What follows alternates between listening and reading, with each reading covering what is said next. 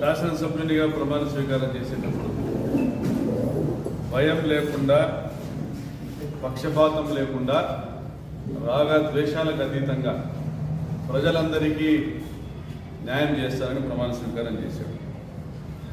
మరి గత 9 నెలలుగా ఆయన చేస్తూ ఉన్నది. మరి నిన్న ఆయన చెప్పింది చూస్తే ఆయన చెప్పిందే చేస్తున్నాడు, ఆయన చేసేదే చెప్తానని అర్థమవుతాం.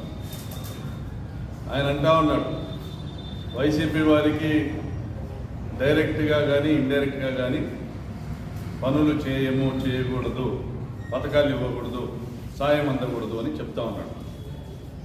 మరి మనమంతా కూడా గమనిస్తే గతంలో ముఖ్యమంత్రులు, ప్రజల చేత ఎన్నుకోబడిన ముఖ్యమంత్రులు అందరూ కూడా ఎంతో కొంత జవాబుదారీతనంగా ఇచ్చిన మాట కట్టుబడి ఉండాలనే ప్రయత్నాలు చేయడం జరిగింది. ప్రయత్నాలలో కొంతమంది సఫలము, కొంతమంది విఫలము కావడం జరిగింది. కానీ ఈయన ప్రజల నుంచి ఎన్నుకున్న ముఖ్యమంత్రి కాదు కాబట్టి మరి ఈయన పొత్తుల ద్వారా జనసేనతోనూ, బీజేపీతోనూ, ఈవీఎంలతోనూ పొత్తు పెట్టుకొని గెలిచాడు కాబట్టి ఈయనకు భయం లేదు. కాబట్టి నిక్కచ్చిగా ప్రజలను ధిక్కరించి మాట్లాడుతూ ఉన్నాడు. మేము ఇవ్వము పథకాలు, మేము చెయ్యం సాయం అంటాం. మరి గత 9 నెలలుగా గమనిస్తే నిరుద్యోగ వృత్తి యొక్క ఊసే లేదు.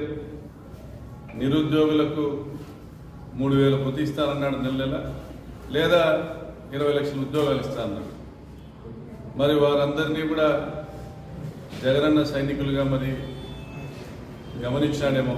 9 నెలల్లో వచ్చినటువంటి వ్యతిరేకత వల్ల నిరుద్యోగులంతా జగనన్న వైపు వెళ్ళిపోయారు, చంద్రన్న వైపు లేరనేసి. మరి అదేవిధంగా 1,500 రూపాయలు నెల నెల ఇస్తానన్నాడు మహిళలకి. 18 సంవత్సరాలు నిండిన అక్క చెల్లెమ్మలకు నెల 1,500 ఇస్తానన్నాడు చంద్రబాబు నాయుడు. మరి గత 9 నెలలుగా వారికి ₹1 కూడా ఇచ్చిన పాపాను పోలేదు.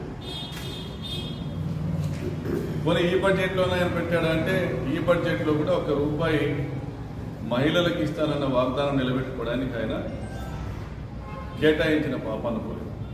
మరి వీరందరినీ కూడా వైఎస్ఆర్సీపీకి సంబంధించినటువంటి సానుభూతి పరులుగా, జగనన్న తోబుట్టులుగా భావించాడేమో. మరి వాళ్ళకి ఎగ్గొట్టాడు పథకాలు. అదే చెప్తా ఉన్నాడు, సాయం చేయము, వైసీపీ వారికి సాయం చేయము, డైరెక్ట్గా కానీ ఇండైరెక్ట్గా కానీ. అదేవిధంగా డ్వాక్రా అక్క చెల్లెమ్మలకి 10 లక్షల రూపాయలు ఇస్తానన్నాడు వడ్డీ లేకుండా. ఆ పథకానికి కూడా ₹1 కేటాయించలే. మరి వీరందరూ కూడా డ్వాక్రా అక్క చెల్లెమ్మలకి ఎంత ఇచ్చినా మళ్ళీ కూడా జగన్మోహన్ రెడ్డి గారి వైపే వాళ్ళందరూ కూడా ప్రయాణం చేస్తారని అనుకున్నాడేమో. ఆయన చెప్పినట్టుగా కానీ డైరెక్ట్గా కానీ ఇండైరెక్ట్గా కానీ సాయం చేయము, పనులు చేయమని చెప్పాడు నిన్న వైసీపీ వారికి. అదేవిధంగా డ్వాక్రా అక్క చెల్లెమ్మలకు కూడా ఆయన చెప్పినట్టుగానే ₹1 కూడా కేటాయించారు.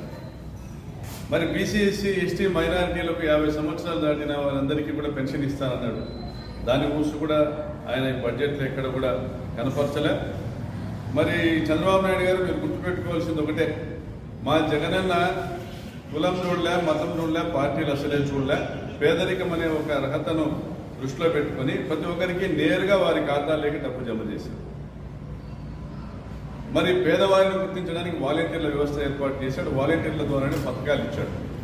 మీరు కూడా ఎన్నికలకు ముందు వాలంటీర్ల వ్యవస్థను కొనసాగిస్తామన్నారు. వారికి 5,000 కాదు 10,000 ఇస్తామన్నారు.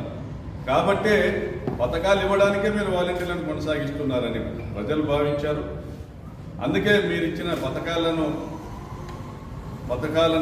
ఇస్తాము, సూపర్ 6 హామీని అమలు చేస్తామని మీరు చెప్పిన మాటను అందుకే ప్రజలు నమ్మారు కాబట్టి మీకు ఓట్లు వేశారు. మరి వాలంటీర్లు కూడా మీ వాళ్ళు కాదనేసి వారికి మీరు సాయం చేయలేదు. మరి అయితే వైసీపీ వారు అనుకున్నారు, మీరు వారికి సాయం చేయలేదు. 10,000 రూపాయలు వారికి జీతం ఇస్తా అన్నారు. జీతమే కాదు కదా, వాళ్ళు ఉద్యోగాలు ఎగ్గొట్టారు. మీరన్నీ కూడా చెప్పినవే చేస్తున్నారు, చేయాలనుకున్నదే చేస్తున్నారు, చేసినట్టువే చెప్పుకుంటా ఉన్నారు. మరి చంద్రబాబు నాయుడు గారు మరి బడ్జెట్ విషయానికి వస్తే జగనన్న అప్పులు చేస్తా అన్నాడనేసి, జగన్మోహన్ రెడ్డి గారు అప్పులు చేస్తానని రాష్ట్రం మరో శ్రీలంక అవుతోందనేసి అనేక మార్లు చెప్పుకొచ్చిన మీరు చేసింది ఏంటంటే 23-24లో జగనన్న 79,000 కోట్లు అప్పు తెస్తే మీరు 24-25కి మీరు